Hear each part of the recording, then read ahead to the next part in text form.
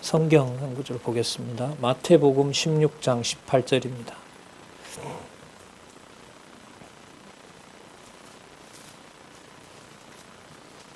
잘 아시는 말씀이죠? 제가 읽겠습니다. 하나님의 말씀 마태복음 16장 18절입니다. 또 내가 네게 이르노니 너는 베드로라. 내가 이 반석 위에 내 교회를 세우리니 음부의 권세가 이기지 못하리라. 그게 보시면 예수님께서 베드로가 그런 고백을 했죠.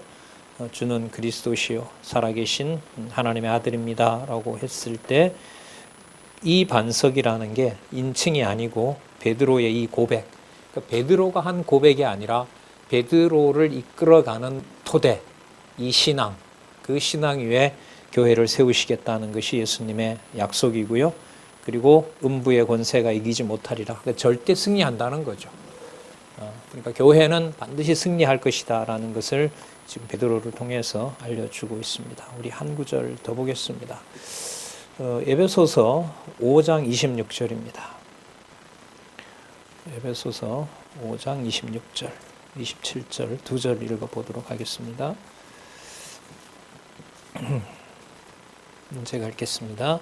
이는 곧 물로 씻어 말씀으로 깨끗하게 하사 거룩하게 하시고 자기 앞에 영광스러운 교회로 세우사 티나 주름 잡힌 것이나 이런 것들이 없이 거룩하고 흠이 없게 하려 하심이라. 아까 읽었던 말씀이 교회가 최종 승리한다. 지금 그러니까 패배 과정이 아니라 승리 과정이다라는 것이고, 지금 에베소서 5장에 있는 말씀은 이 과정이 보시는 것처럼 티나 주름 잡힌 것이나 흠이 없는 거죠. 이게 거룩성.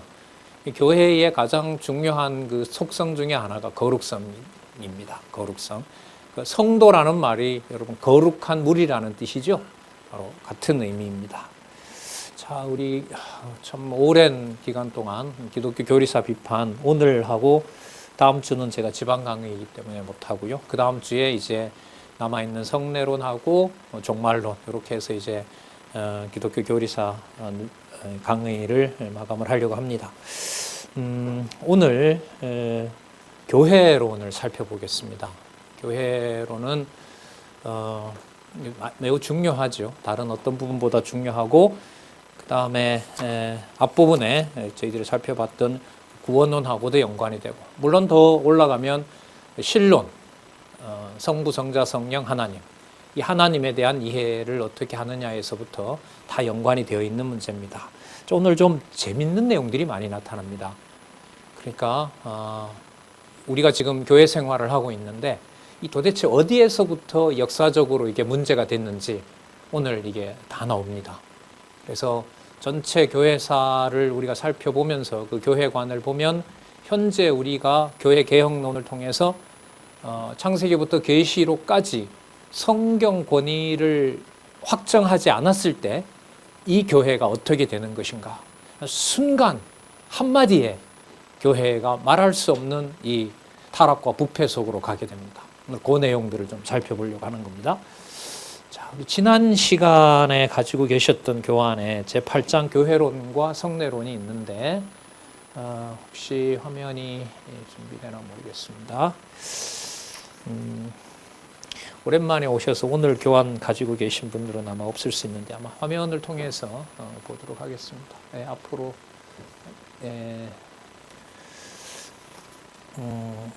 자, 여기입니다. 여기 좀 내려가시면 아마 교회론이 나올 겁니다. 네, 됐습니다. 여기서부터 보도록 하겠습니다. 자, 교부시대 교회론은요, 어디를 생각하시면 되냐면 95년경에 성경 계시 기록이 완성됩니다. 여러분, 완성이 됐으면 아직 사도 요한은 살아 있잖아요. 그리고 어쨌든 100년이 되면 2세기가 되는데 이 성경이 한 곳에 모여 있지 않았어요. 곳곳에 흩어져 있어요. 그리고 지금부터 뭐가 막 생기기 시작하느냐? 나도 사도처럼 계시를 받아서 기록했다는 위서가 생기기 시작합니다. 27권 성경을 그 계시 기록 이후에 270년 후에 모아집니다.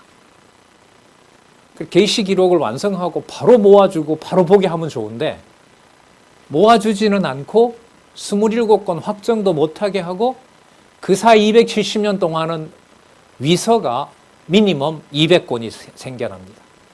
여러분 유다서 같은 경우에 성경이 몇 장이에요? 한 장이죠. 낱말 수를 세도 세죠. 그러니까 그게 신적 권위를 가진 얘기다. 나는 100페이지나 썼는데 이게 구분을 제대로 하지 않으면 이게 성경 권위를 확정한다는 게 쉬울까요? 어려울까요? 자, 그러면 교회에 뭐가 올까요? 혼돈이 오겠죠. 그리고 교회 내에서도 이단들이 들어와 있고 자기도 계시받았다 그러고 고린도전서에 보면 벌써 이 방언 문제 때문에 방언하는 그 여자분들은 여기서 하지 말라고 얘기를 합니다. 이게 역사적 해석이 필요한 부분이죠. 교회에서 여자가 잠잠하라 그게 그런 의미가 아니거든요. 이 계시받았다고 하니까 도저히 이게 통제가 되지 않는 상황인 거예요. 그래서 계시 기록이 결국은 완성되는데 이 혼란한 시기에 교회가 이 문제로 어떻게 대처하게 하는지가 여기서 드러나게 돼요. 한번 보시자고요. 자, 여기 보시면 초대교회 교부들은 교회를 거룩한 무리들의 모임, 성도들의 교제로 이해는 했습니다. 그러니까 하나님의 택한 백성으로 삼기 위한, 여기서부터 일단 문제가 되는 거죠. 교회는 하나님의 택한 백성들이 모이도록 한 곳입니다. 그런데 여기 보시면 택한 백성으로 삼기 위해 와야 되는 곳이 돼버리는 거예요, 교회가. 그러니까 여기에 오지 않으면 하나님의 백성이 될 수 있는 자격이 벌써 문제가 되는 거예요. 자, 이게 지금 계속 이어지게 됩니다. 그리고 교회는 사도들의 직접적인 계승자인 감독에 의해서 다스려져야 돼요. 그럼 사도들의 직접적인 계승자라는 말은 사도들 중에 예수님으로부터 교회의 권한을 가진 자가 필요하겠죠. 그게 조금 전에 읽었던 16장 18절에 인칭으로 베드로를 지목하게 돼요. 베드로에게 그러니까 교회의 모든 권한을 줬다. 그건 뭘 말하려고 하는 것이냐? 교회에 누가 필요하다? 감독이 필요하다는 거예요. 여러분 성경에 보면 장로도 나오고 감독도 나오죠. 근데 제가 설명을 드렸지만 장로와 감독은 그 성격의 문제입니다. 장로는 신앙의 선배를 말하는 거라고 보시면 되고요. 신앙의 선배가 하는 일이 뭐냐 하면 감독이에요. 그럼 진리를 뭐 하는 걸까요? 감독하는 거죠.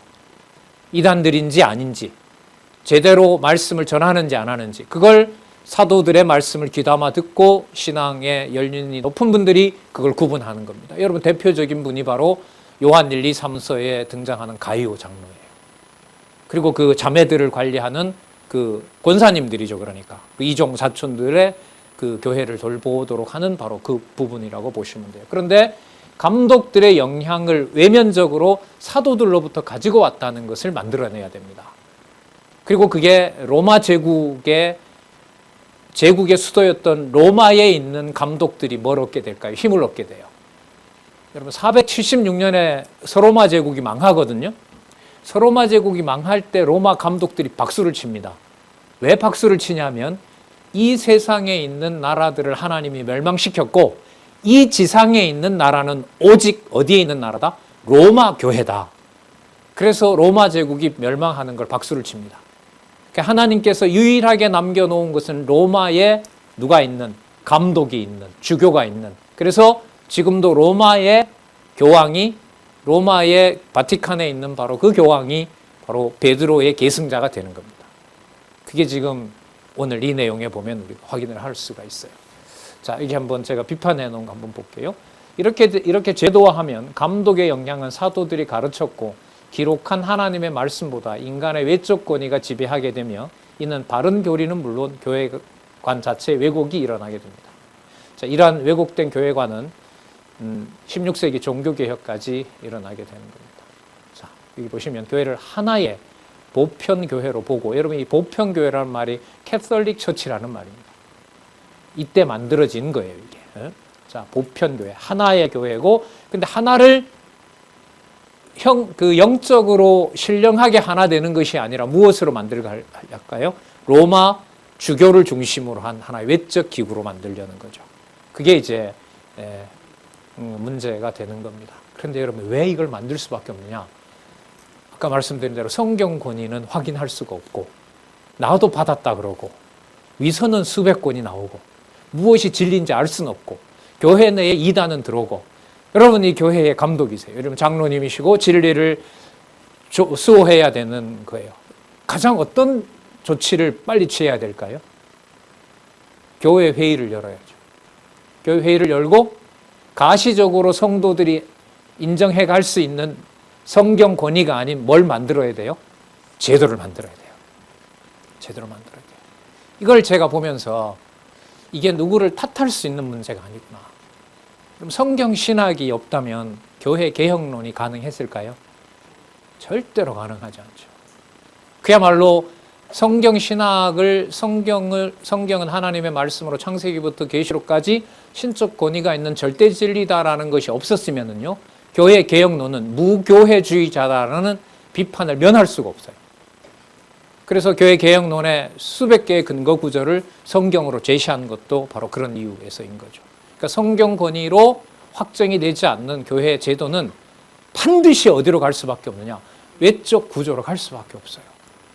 하나님께서 지금 이걸 한국 교회에서부터 이 교회 개혁을 성경 권위로 돌려놓는 일로 어떻게 하실지, 그러니까 우리 원로 말씀도 들으셨지만 이제 지켜보고 또한 우리는 실제로 또 해가고 있고 그런 상황이라고 할 수 있습니다. 그러다 보니 이 교회의 순수함을 지키려는 운동들이 일어납니다. 몬타누스주의, 노바티아누스주의, 도나투스주의. 보세요. 2세기, 3세기, 4세기 교회는 유지해야겠고 누구는 자꾸 들어오고 이단은 들어오고 그리고 성경 권위를 확증할 수 있는 말씀은 아직 다 모아지지 않았고 말씀이 여러분 396년인가 모아지니까요. 4세기 말에 지금 보고 있는 성경이 모아져요. 모아놔도 감독들 아니면 모르죠. 일반 대중들은 몰라요. 신도들은. 글을 알아야 보죠. 네. 자, 그러다 보니 여러분 제도를 만들고 난 다음에 뭘 할 수밖에 없느냐. 제도대로 뭐 해야 돼요? 따르라고 하겠죠. 그죠? 그래서 뭐와 뭐가 금욕을 강조하게 됩니다. 하지 마세요.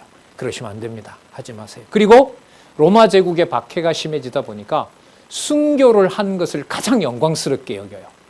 그럼 순교자로 행동하는 사람의 말이 뭐가 될까요? 성경이 없으니까. 그게 뭐가 될까요? 진리가 되는 거죠. 로마 교회는 나중에 순교자의 영을 가지고 와서 연옥에서부터 지옥으로 가는 티켓으로 사용합니다. 순교자들의 영을 그래서 여러분 가톨릭에는 한 5천 명 되는 세인트가 있어요. 성자가 있습니다. 그때 그 사람을 불러내서 그 사람을 이제 숭배하면 내 죄가 이제 사해지거나 연옥에 있는 부모들도 이제 전당으로 가는 그런 이제 교리가 만들어지죠. 자, 그게 바로 지금 이 초대 교회 시대에 있었던 상황입니다. 자, 이 몬타누스주의나 노바티안주의나 도나투스주의나 이런 사람들이 요즘으로 말하면 여러분 신사참배를 하지 않고 순교자를 많이 내면서 그 교단의 순수함을 얘기하는 고신의 경우라고 보시면 돼요. 네. 자, 그런 예가 교회사에는 많이 있습니다. 자, 여기 보면 노바티아누스파는 교회 순수성을 강조하며 로마 황제 박해 당시 변절자들에 대해 죄를 사해주고자 하지 않았습니다. 로마 교회에 순복했던 자를 교회에 들어놓지 않습니다. 여러분 이건 성경적이에요? 아니에요? 아니죠? 네, 아니죠. 그러나 뭘 만들어놨기 때문에 제도를 그렇게 만들어놨기 때문에 이 제도를 번복하기가 어려운 거죠. 그러니까 이게 그대로 누구에게 오느냐? 바로 380년에 로마 종교의 자유가 부여되고 그 다음에 로마의 국교가 되면서 이제 이 말할 수 없는 교회의 외적 권위가 중세 천년을 지배하게 되는 겁니다. 그게 종교개혁에서 잠시 극복하는 것처럼 보였지만 결국은 다시 돌아가게 되는 일이 벌어지죠. 자, 그 다음 내용 한번 볼까요? 자, 중요한 인물이 나옵니다. 200년에서 258년이니까 성경 계시 기록된다면 100여 년 후에 이제 일어나는 일이에요. 이 사람은 여러분 한번 주목할 필요가 있습니다. 이름이 긴데요. 키프리아누스입니다. 키프리아누스입니다. 사람은 카르타고 북 아프리카에 있었던 사람인데요. 이 사람이 결국은 로마 교황 체제의 그 원천을 이 사람이 마련했다고 보면 돼요. 자, 한번 보도록 하겠습니다. 자, 여기 보세요. 마태복음 16장 18절을 인용해 이 반석 위에서 세운다라고 하는 것을 반석 신앙 고백으로 보지 않고 누구를 지목하게 돼요? 베드로를 지목하게 돼요. 그리고 그 다음부터는 이제 위조가 일어나요. 베드로는 그것을 누구에게 줬느냐? 그게 로마의 이제 감독에게 준 거죠. 그럼 나머지 11 사도는 뭘까요? 베드로보다 등급이 같아야 될까요? 낮아야 될까요? 낮아야 되죠. 그래서 로마 교황은 베드로로부터 왔는데요. 각 나라에 있는 주교라든지 추기경은 누가 지명했냐 하면 11 사도가 지명했어요. 웃어야 되는데 안 웃으시네. 기가 차서 안 웃으시는가 본데, 교황은 베드로가 지목했고 11 사도의 지목을 받은 자들은 나라에 있는 주교들이에요. 그러니까 누구의 급과 누구의 급이 달라요? 사도들도 급을 나눠버리고, 그 다음에 당연히 주교들도 로마 주교와 각 나라에 있는 주교들의 등급은 이게 너무 벌써 멀리 와 버렸죠. 자, 그러면서 감독은 요새 교회에 뭐가 된다고요? 절대적인 지배자가 됩니다. 그리고 하나님의 제사장으로서 교회의 예배를 집례합니다. 이게 여러분 성경 계시 기록이 되고 난 다음에 100년 전에 확립이 됩니다. 그래서 키프리아누스는 꼭 한번 염두에 둘 만한 사람입니다. 그러니까 예를 들면 우리가 어떤 얘기하다 현재 교회관에 영향을 미치고 있죠. 아직까지도 이 사람이. 보시면 하나님의 제사장으로서 교회에 뭘 집례해요? 예배를 집례합니다. 그러니까 가정에서 예를 들면 뭐 성찬식이나 이런 거 하면 용납이 될까요? 안 될까요? 이런 절대로 안 됩니다. 이건 사단의 집단이 되는 거예요. 네. 자, 이게 벌써 지금부터 그러니까 몇 년 전입니까? 2000년 전에 벌써 1800년 전에 된 거죠. 그리고 자신과 함께 제사를 드리는 성직자들을 최초로 실제적인 제사장단이며 감독단이라고 하고, 그들이 아니면 교회의 단일성은 있을 수가 없어요. 그러니까 어느 지방에 살더라도 그 교회의 주교의 명을 따르지 않으면 정상적인 교회 생활과 천국으로 가는 길이 허락이 될까요? 안 될까요? 안 되는 거죠. 이 섭리를 이렇게 보면요, 성경 계시는 완성해주고 성경은 볼 수 없도록 하고, 그렇게 신앙을 유지하고자 하는 교회는 점점 더 이단들이 들어오게 되고, 그때 하나님은 어떻게 하시느냐? 제도를 부활시켜버려요. 한국 교회가 막 커지잖아요. 그럼 성경 공부가 강화됐나요? 제도가 치밀하게 만들어졌나요? 그렇죠. 우리도 하지만은 총회가 될 때마다 가장 먼저 뭐 검토하죠? 당회 규칙. 개정된 거. 그 개정된 것이 여러분, 우리도 장안중앙교회의 역사를 여러분들 한번 우리 선배들도 계시는데 떠올려 보면 성경 권위 지키는 쪽으로 그 정관이 개정이 됩니까? 아니면 교회의 생활 운영과 관련된 쪽으로 갑니까? 글로 갈 수밖에 없어요. 글로 갈 수밖에 없어요. 그래서 제가 이 교리서 공부가 필요하다. 이게 어떤 지식을 축적하거나 남을 비난하는 용도가 아니구나. 이게 우리 얼굴이구나. 이런 생각이 많이 들어요. 자, 그래서 한번 볼게요. 또한 감독은 로마에 있든 카르타고에 있든 같은 등급이며, 이건 왜 얘기하냐면 자기가 카르타고에 있었거든요. 그러니까 이제 최고 감독이 될 수 있는 것은 꼭 로마에 있는 주교들만 되는 건 아니고 나도 된다. 요즘 로마 교황은 꼭 로마 출신이어야 돼요? 다른 나라에서도 가능해요? 다른 나라에서도 가능하죠. 하지만 어디에 와야 돼요? 바티칸에 가야죠. 네, 이렇게 되어 있는 거예요. 자, 감독단이고 이들이 함께 하면서 교회의 단일성을 대표하게 됩니다. 또한 감독은 로마에 있든 카르타고에 있든 같은 등급이며, 감독에 대한 반역은 누구에 대한 반역이요? 예, 하나님에 대한 반역이 됩니다. 그러니까 태워 죽여도 되는 거예요. 이 권위를 갖게 되면. 그러니까 지금도 여러분 요즘 그 원로 강의 나가는데 한 분이 인터넷을 보고 또 과거에 고신대 교수들이 냈던 그 성명서가 있거든요. 그 어떤 조사 있어요. 성경신학의 이 박용기 목사는 예수를 죄인이라고 했더라. 그런 말 한 적도 없는데 그걸 가지고 이단 대책위원회에서 시비를 걸었죠. 그러니까 이단 대책위원회에서 총회에서 문제를 삼고 그걸 학문적으로 뭔가 근거가 있는 것처럼 얘기하기 위해서 어디로 보내요? 총회 신학교로 보내는 거예요. 아주 고약한 짓이죠. 제가 그 문제가 다시 거론이 되면 제가 소속한 학교에서도 지금 문제가 됐는데 저한테 연락이 왔는데 그 임원회에서 고신 측 교수들이 얘기하면 이제 공개 토론을 하려고 지금 마음의 준비를 하고 있습니다. 근데 그렇게 말했다라는 문건을 찾아야 되는데 그런 문건이 없거든요. 성경신학에서는. 자, 그러니까 이게 이런 것들을 방지하고 싶겠죠. 제도교회는. 그러니까 뭐 하는 거예요? 제도를 만들어서 이런 말이 나오는 거죠. 교회에 대한 감독에 대한 반역은 누구에 대한 반역이다? 하나님에 대한 반역이다.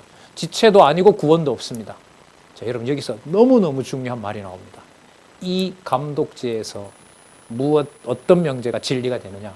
교회 밖에서는 구원이 가능하지 않다. 오직 구원은 어디 안에서만 가능하다? 여러분 여기서 말하는 교회는 인간 중심적인 거예요? 하나님 중심, 성경 권위 중심이에요? 인간 중심적인 거죠. 그래서 여러분 작년에 그 가정교회 특강하면서도 얘기했지만 루터나 칼빈도 가정교회에서 성찬식 이런 거 하면은 바로 이단으로 처벌해 버렸습니다. 이거 벗어나지 못한 거죠, 여기서. 그런데 여러분 처벌을 하고 안 하고 문제가 아니라 대안이 없는 거예요. 성례를 왜 베푸느냐? 하나님의 자녀인 걸 확인해 주려는 거거든요. 그런데 무엇을 몰라요? 말씀을 몰라요. 그 비밀을 깨달을 수가 없어요. 이제 서구교회는 결국은 실패한 거예요. 이런 전통의 서구교회는. 자, 여기서 말하는 교회는 주 예수 그리스도가 머리이시고 그 지체인 성도의 연합과는 상관이 없다. 교회의 유일한 통치권은 오직 주 예수 그리스도에게 있다는 진리와는 무관하게 됩니다.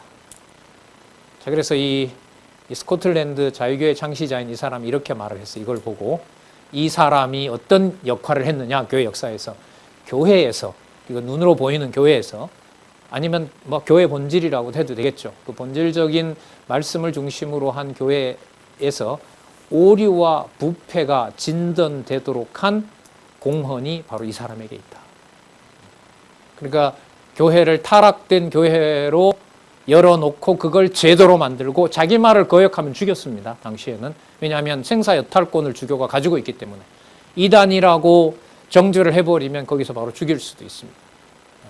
그래서 여러분 이 키프리아누스 이 사람 한번 좀 유념해야 할 필요가 있습니다. 그 다음 볼까요? 근데 여러분 이게 100여 년 후에 여러분 어거스틴이라고 들어보셨어요? 그 사람은 양면이 있어요. 로만 카톨릭 교회에도 영향을 줬고요. 개신교에도 영향을 줬어요. 개신교에 영향을 준 것은 여러분 예정론이 영향을 준 겁니다. 창세전 하나님의 은혜로 택함 받았다. 이게 개혁신학의 전통으로 가요. 그런데 창세전에 예정을 입었어도 그걸 누가 확인해 줘야 돼요? 그거 확인할 방법이 있어요, 없어요? 없죠. 내가 창세전 그리스도 안에서 예정된 걸 어떻게 알아요? 이걸 결정을 해야 되잖아요. 그럴 때 교회 제도 안으로 가지고 와요. 그러니까 창세전 하나님의 예정으로 출발하지만 창세전 하나님의 선택된 자는 교회의 주교가, 감독이 확인해 줘야 돼요. 감독이 주는 세례를 받지 못하면 창세전 하나님의 은혜가 원천 무효가 돼요. 이게 어거스틴이 동의를 해준 거예요. 그래서 지난번에는 이 예정론 교리, 이걸 우리가 너무 좋아하기 때문에 이 어거스틴을 좀 그렇게 봤는데 이번에 하면서 좀 고민을 했을 때 이 문제가 더 크다, 사실. 이런 생각을 하게 됐어요. 한번 볼까요? 이제 어거스틴인데 여기 한번 보시면 눈에 보이지 않는 단일성, 그 창세전 그리스도 안에서 선택된 교회의 단일성 얘기를 해요.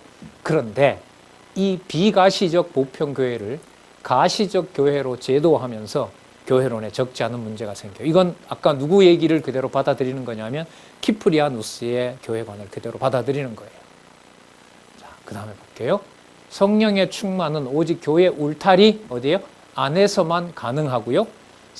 세례와 성찬은 아직 상징 이상으로 실제적인 하나님의 능력이 작용한다고 봐요. 누가 주는? 주교가 하는.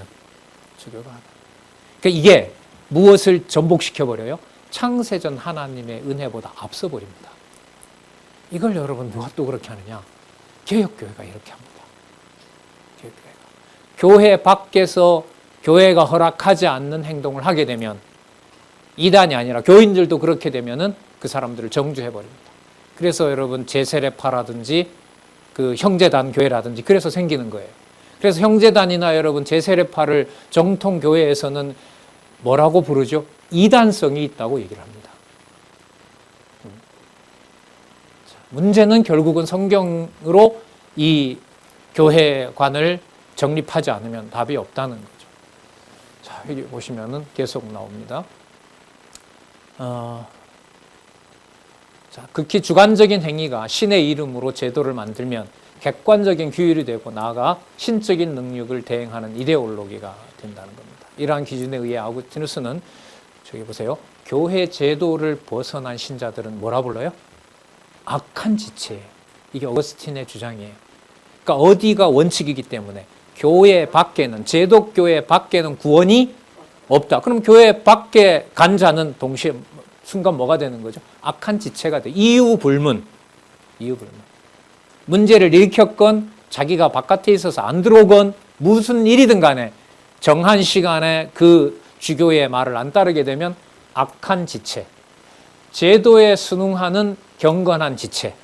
그러니까 악한 지체와 경건한 지체의 기준이 어디 안에 있느냐 없느냐? 교회 안에 있느냐 없느냐. 답답하죠? 예, 아찔하고. 예. 여러분 이걸 성도들이 이런 데서 벗어나고 싶지만 진리의 말씀으로 자유롭게 해주는 말씀이 공급되지 않으면 벗어날 수 있을까요? 없을까요? 없죠. 여러분들도 그러셨고 저도 그래요. 그 신천지는 데리고 왔는데도 다시 간다 그러잖아요. 하도 센 애가 돼서. 자, 그리스도의 몸에서 제거되기로 정해져 있는 암세포래요. 그러면 뭐가 원천 모여가 돼요? 창세전에 하나님의 자녀로 선택받았다는 예정론이 교회의 제도를 따르지 않으면 뭐가 된다고요? 그리스도의 몸에서 제거되기로 정해져 있는 뭐예요? 암세포. 여러분 이게 아우구스티누스의 교회관이에요. 그럼 이쯤 되면 이 사람이 354년에서 430년이니까 이 무렵에 여러분 정경이 확립되거든요. 어거스틴이 있을 때. 어거스틴도 이걸 확정해줘요. 27권. 그게 어거스틴도 중요한 역할을 하거든요. 그런데 성경을 27권, 39권 정경으로 채택하면서 이미 교회의 짜짐판은 누구 중심으로 돼버렸어요? 그렇죠. 제도 중심으로, 인간 중심으로, 교회 감독 중심으로 이미 꽉 굳어져 있는 거예요. 그러니까 그 이후로 아무리 어거스틴이 신학적으로 전개를 잘한다 하더라도 교회관에 오게 되면 성경적인 것이 아니라 비성경적이 되어버리는 거예요. 이걸 개혁교회가 그대로 받아들입니다. 여러분 기독교 강요 벌써 오래전에 내치동에서 공부했지만 거기 보면 칼빈이 계속해서 어거스틴을 이용을 하거든요. 어거스틴은 거의 비판 못합니다. 자, 어거스틴의 유명한 책이 있죠. 굉장히 두꺼운 책인데 하나님의 도성, 신국론, 하나님 나라론이 있는데 여러분 그러면 하나님 나라를 얘기를 할 때 제도교회를 빼고 얘기할 수 있을까요? 없을까요? 없어요. 그래서 이번 다시 또 놀랐는데 그 신국론이 결국 지금 몸담고 있는 교회에 나오지 않으면 구원이 없다는 거 말하려는 거구나. 여러분 이 하나님 나라론, 신국론을 쓸 때 로마 제국이 망합니다. 로마 제국이 망하고 아까 로마 제국이 망했을 때 주교들이 뭐 했다 그랬어요? 나라가 망했는데도 뭐 했다 그랬죠? 박수 쳤다 그랬죠. 왜 박수를 쳤느냐? 세상 교회의 대안이 이제는 유일하게 어디밖에 없다? 로마 교회밖에 없다는 거예요. 그래서 이게 망할 게 망한 것이고 그걸 야만인의 손에 줬기 때문에 이제는 하나님 나라는 곧 로마 제국이 망했으니까 로마 제국이 있었을 때는 로마 제국의 권한을 하나님이 주셨다 이렇게 봤는데 그게 없어지고 나니까 지상에 있는 하나님 나라는 동시에 어디에 있는 나라가 돼요? 지금으로 말하면 바티칸에 있는 로마 교황청이 되는 거예요. 이 논리적으로 반박하기가 너무너무 어려운 거예요. 이런 과정들은. 저기서 볼게요. 아우구스티누스 하나님 나라에 주목을 끈다. 그 이전 교부들은 하나님 나라를 종말론으로 사용했으나 이게 뭐냐면 장차 올 나라 이렇게 생각했는데 아니라는 거예요. 지금 존재한다는 거예요. 어디에? 로마에. 교회는 지금에 있어서조차도 뭐다? 천국이 임한 것이다. 그러니까 교회에 안 나오면 아까 그리스도의 몸에서 제거되기로 정해져 있는 암세포니까 교회 밖에 있으면 어디에 있는 자식이죠? 지옥 자식인 거죠. 이게 여러분 1600년 전에 벌써 굳어진 주장이라는 겁니다. 그런데도 학자들은 신학을 전개할 때 오래된 전통이기 때문에 아우구스티누스의 이 그릇된 명제도 함부로 비판을 못하더라고요. 자, 이걸 문제 삼으면 그 이후에 수백 년 또 수백 건의 그런 학술적 연구들이 전부 뭐가 돼요? 다 문제가 되거든요. 자, 그리고 물론 이러한 강조는 제도 교회 지도자 그룹 전체를 염두에 둔 개념입니다. 그에게 감독 체제로 조직된 교회에 없는 하나님의 도성은 생각할 수 없습니다. 그리고 최고 감독과 그 감독 밑에 있는 제사장단들, 이른바 교단들, 그 교단이 없는 데서 하나님 나라라는 개념은 생각할 수가 있다 없다? 없다. 그 개념조차 존재하지 않아요. 자, 쭉 한번 읽어보도록 할게요. 하나님의 도성과 세상의 도성, 성과학, 영과 육, 택자와 불택자의 기준이 감독제가 지배하는 교회에서 확정이 되는 겁니다. 아구스티누스는 사도권의 승계로서 감독제의 지배를 받는 교회로는 이후 로만 가톨릭의 교회론과 나아가 최고 감독자이며 하나님의 존재와 능력을 대신하는 교황제의 토대가 된다. 창세전 예정에 근거한 은혜를 강조했지만 그 은혜에 인간이 손을 대고 그 은혜를 인간이 관리하고자 할 때 교회로는 어떻게 세속화되고 폐쇄적인 인간적인 제도, 악한 종교 제도가 됐는지 우리는 어거스틴을 통해서 살펴볼 수가 있습니다. 여기에서 개혁자들이 벗어나지 못했으니까 이미 이른바 게임은 끝난 거죠. 그 이후로. 지금도 여러분 교회 개혁을 위해서 그렇게 비판하지만 대안으로 제시를 할 수 없으니까. 12월 말 되면 그것도 제가 좀 소개를 하려고 하는데 제가 속한 학회의 바르트 교회론 비판과 대안 모델 이러면서 제가 성경신학을 소개했거든요. 그거 가지고 이제 그 편집위원들, 논문위원들이 이제 논쟁이 있었어요. 이러면 난리가 났다 그래요.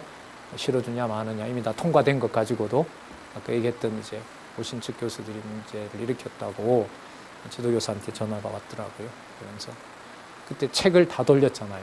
제가. 그 책을 왜 돌려가지고 그렇게 풍파를 일으키고 좀 조용히 활동하지 이런 식으로 더 지혜롭게 행동 좀 했으면 좋겠다. 이제 시작이죠. 이렇게 놓고. 근데 여러분 보시는 것처럼 이게 200년 사이의 일이 아니죠. 네, 이걸 다 뒤집어야 되는 거예요, 지금. 그 교회 개혁론이 이제 여러분 성경적 대안이다라는 걸로 글쎄 하나님께서 어떻게 확증을 해갈지 궁금합니다.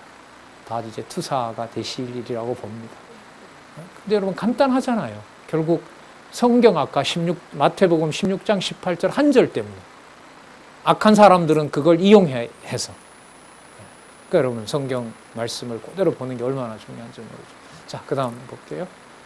거의 뭐 다른 부분들도 바로 이 내에 있어요. 그러니까 여러분 이거 보세요. 예정된 자들 이꼴 교회에 의한 외적 성령 공동체예요. 그러니까 하나님의 예정을 교회에 의한 외적 성령 공동체니까 눈에 보이고 주교가 있고 감독단들이 있는 바로 그 외적 교회의 공동체가 어디에 있는 자들이라는 거예요?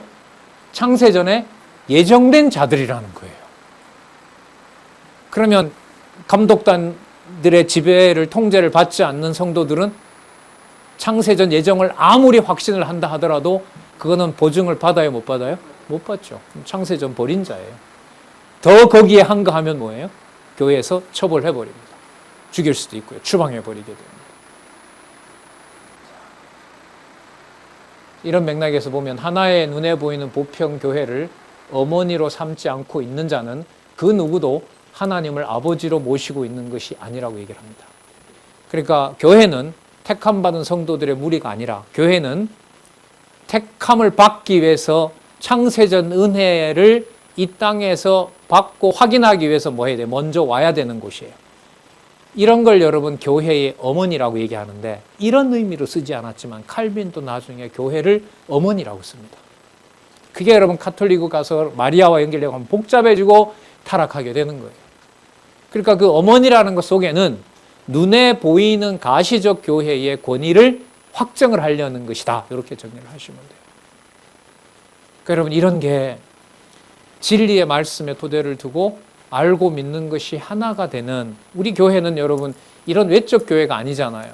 가정교회에서부터 출발하고 우리도 그걸 너무나 아쉽게 생각하고 다음 세대에는 거기서부터 자라도록 안내해주고 싶은 게 여러분들과 제 마음인데 거기에서부터 토대를 놓고 양육을 시키지 않으면 급한 상황이 되었을 때 외부적 권위에 호소할 수밖에 없어요. 투표해야 되고요. 이권을 위해서는 법에다가 고소해야 되고요. 우리 몸소 겪었잖아요. 불법을 찾아내서 외부 기관에다 고발을 하고 그리고 이 교회들이 나중에 종교가 최고 권력이 되니까 황제도 무릎을 꿇리면서 황제가 가진 군사와 권력을 교회가 뭐 하게 됩니까? 다시 또 이용하게 돼요.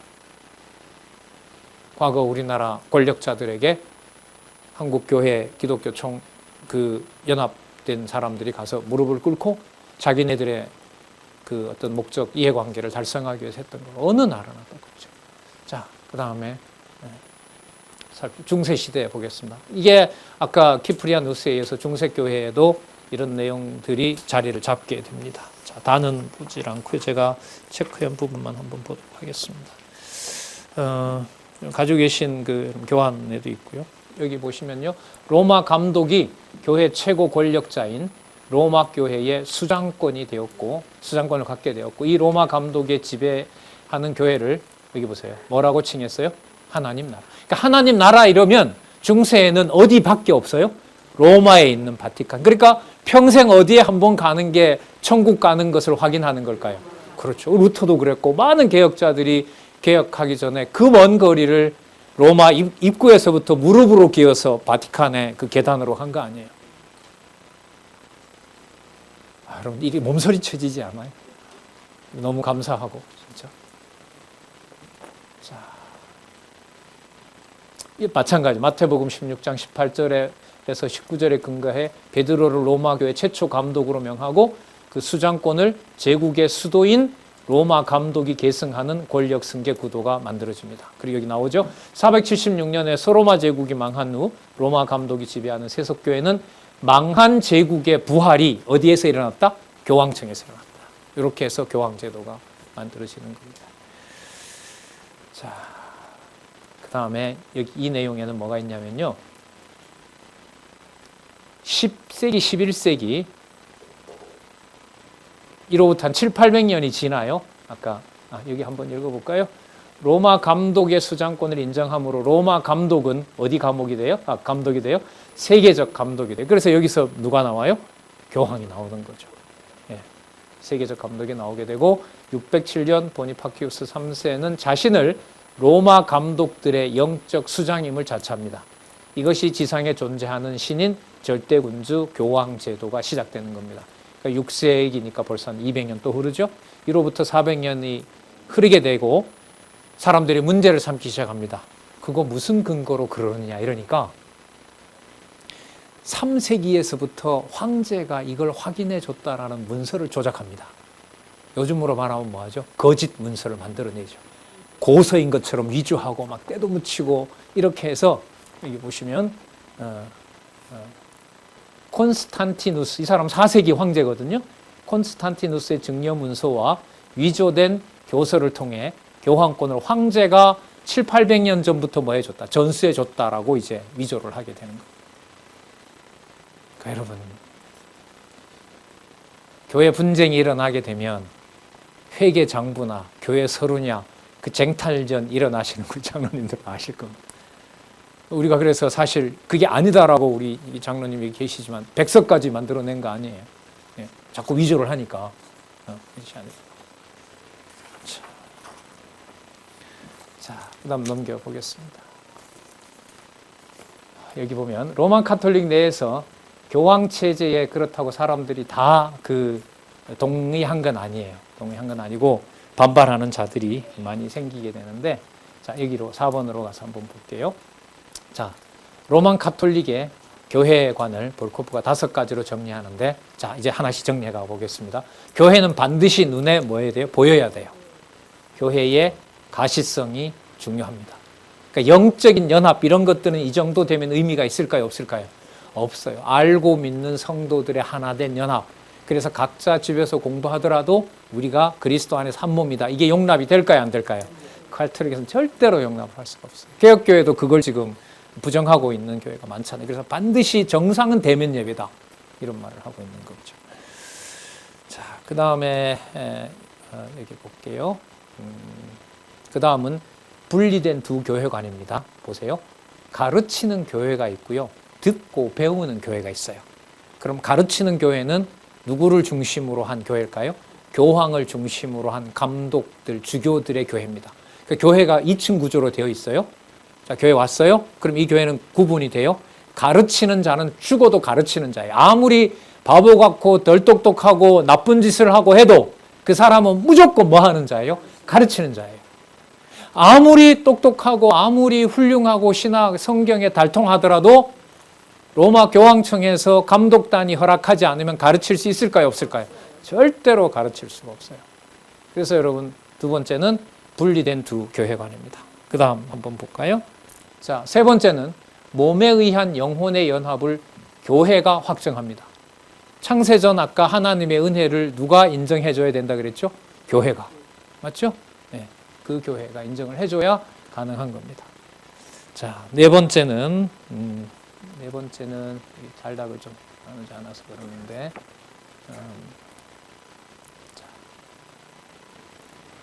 자, 그렇죠? 네 번째는 그리스도가 주신 은혜와 축복은 오직 교회가 인정한 성직자를 통해서 받을 수가 있어요. 그러니까 아까도 말씀드렸죠? 창세전 은혜와 축복도 누가 허락을 해야 돼요? 교회가 인정해줘야 돼요. 자, 그리고 마지막으로 구원의 유일한 기관으로 가르치는 교회의 절대 우위성입니다. 이 명령을 따르지 않으면 도저히 구원을 받을 수가 없어요. 자, 여기 보면 구원 사역의 순서는 하나님이 그의 말씀을 통해서 사람들을 교회로 이끄는 것이 아니라 정반대로 교회가 사람들을 말씀과 그리스도에게로 인도해요. 그러니까 그리스도에게로 가는 길을 누가 열어주느냐 마느냐에 따라서 구원이 결정이 돼요. 교회가. 여러분 이게 지금 카톨릭 얘기예요. 여러분 보통 한국의 개혁 교회들도 이런 것으로 타락하고 부패가고 있어요. 그렇죠. 이게 지금 우리 장안중앙교회 말씀운동 교회 동력자 협회가 한두 가정이지만 곳곳에 있는 아주 중요한 의미라고 봐요. 그것마저 사라진다고 하면 어떻게 되겠어요? 자, 그 다음 볼게요. 여기서 모든 것들이 거의 끝납니다. 여기서 종교개혁은 그렇게 많이 다루지는 않는데요. 종교개혁에서는 잘 아시는 대로 루터의 종교개혁이 유명하죠. 근데 이 루터도 여기서 한번 짚어보려고 합니다. 루터가 자기 친구였던 요한 에크라는 이 가톨릭 신학자하고 논쟁을 하는데 결론은 뭐가 되냐면 자, 루터는 오직 성경만 기독교 신앙의 기초다. 그리고 교황권, 연옥, 면죄부 판례는 성경적 근거가 없다라고 이제 루터가 얘기를 하고 결별을 하게 되고 개신교가 출발을 하게 되는데요. 여기 보면 교황의 수장권이나 추기경과 주교들의 구원 관련 독점권은 반대했지만요. 말씀과 성례의 순전한 시행은 개인이 하면 안 돼요. 그러니까 루터도 어딘가에 교회가 세워지면 반드시 말씀 선포와 성례는 로마 교회와 같은 누가 있어야 돼요? 감독이 있어야 돼요. 그래서 여러분 개신교는 이런 점에서부터 루터교와 갈라집니다. 루터교와 갈라집니다. 자, 그냥 개혁자 루터라고만 알고 계시지 말고 자, 여기 보시면 성령에 의한 교회 설립은 말씀과 성례를 수단으로 사용을 하지만 가시적 교회를 강조하면서 교회를 복음이 올바르게 가르쳐지고 성례가 반드시 시행이 돼야 돼요. 루터교는 해도 되고 안 해도 되고 이게 아니에요. 그건 성도들이 함부로 할 수 있을까요? 없을까요? 없어요. 반드시 주교가 해야 돼요. 성도들의 회중이라고 얘기를 하고 있습니다. 그러니까 가시적 외적 체제와 의식에 의존하는 루터 교회관은 비성경적인 카톨릭 교회관에서 완전히 벗어난 게 아니에요. 그러니까 이걸 성도들도 벗어날 수가 없는 거예요. 어떤 의식과 예식의 이 틀에서. 그러니까 이걸 다 극복할 수 있는 대안을 성경에서 찾지 않으면 불가능한 거죠. 자, 그 다음 보겠습니다. 저기 제세례파가 나오는데 바로 여러분 제세파는 형식화한 카톨릭에 대해서 극단적으로 반발하는 자들입니다. 그러니까 우리가 잘 아는 뭐 구원파라든지 형제교회라든지 바로 이런 사람들 무리인 거죠. 교회와 국가의 절대적 분리를 주장하고 극단적으로 그리스도인이 국가 운영에 공무직을 수행하거나 전쟁 참여하는 것도 금지합니다. 여호와 증인인가요? 또 다른 데 보면 전쟁도 하지 않잖아요. 자기네들끼리 이제 순수하게 모인다라는 겁니다. 여기 보시면 개혁파 교회관은 교회의 본질 면에서 비가시적 교회관, 영적인 실체로 얘기하지만 그런 면에서 루터파와 동일해요. 하지만 루터파하고 다른 점은 아까 말씀드린 대로 반드시 주교에 의한 또 교회 감독자에 의한 말씀과 선포, 그 선을 넘으면 안 돼요. 근데 이게 개신교회도 결국 흐려지게 되고 결국 퇴락하게 되는 겁니다. 그리고 개혁파는 교회의 불가시성을 입체적으로 보는데 먼저 인간은 어느 누구도 세계의 보편교회를 볼 수 없다는 점을 강조합니다. 이건 가톨릭하고 완전히 다르죠. 가톨릭은 보편교회 이러면 로마 교회에 등록된 자들 이렇게 가시적으로 돼요. 그런데 여러분 개신교회는 이 정도까지는 가지는 않죠. 등록된 자가 천국에 예정된 자들 이렇게는 하지 않죠. 근데 그걸 로마 가톨릭에서는 그렇게 한단 말이죠. 그리고 주의 재림 때까지 완성되지 않으므로 볼 수 없기 때문에 교회는 택자들의 모임이라고 강조할 뿐입니다. 그래서 가시적인 것을 강조하진 않지만 점점 그 이후로 가시적 교회를 강조하게 됩니다. 그래서 참된 신자와 거짓 신자는 우리가 구별할 수 없다는 점에서 교회는 부르심을 받고 택함 받은 자들의 모임 이렇게 얘기를 합니다. 교회의 표지는 말씀과 성례, 교회 치리의 신실한 시행에 찾는데 이게 이제 칼빈 이후로 교회 치리가 강화되면서 결국은 어디로 돌아가 버릴까요? 로마 가톨릭으로 돌아가게 돼요. 교회 치리에 대한 법이 만들어지잖아요. 자, 그 다음 마지막으로 보도록 하겠습니다.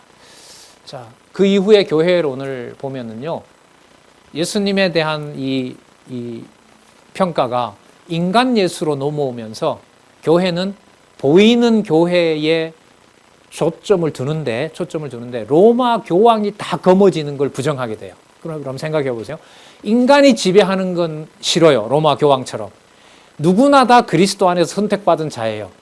그러면 누군가가 이끌어가는 지도자를 두려고 할까요? 안 할까요? 하지 않죠. 하지만 모이는 거는 너무너무 중요해요.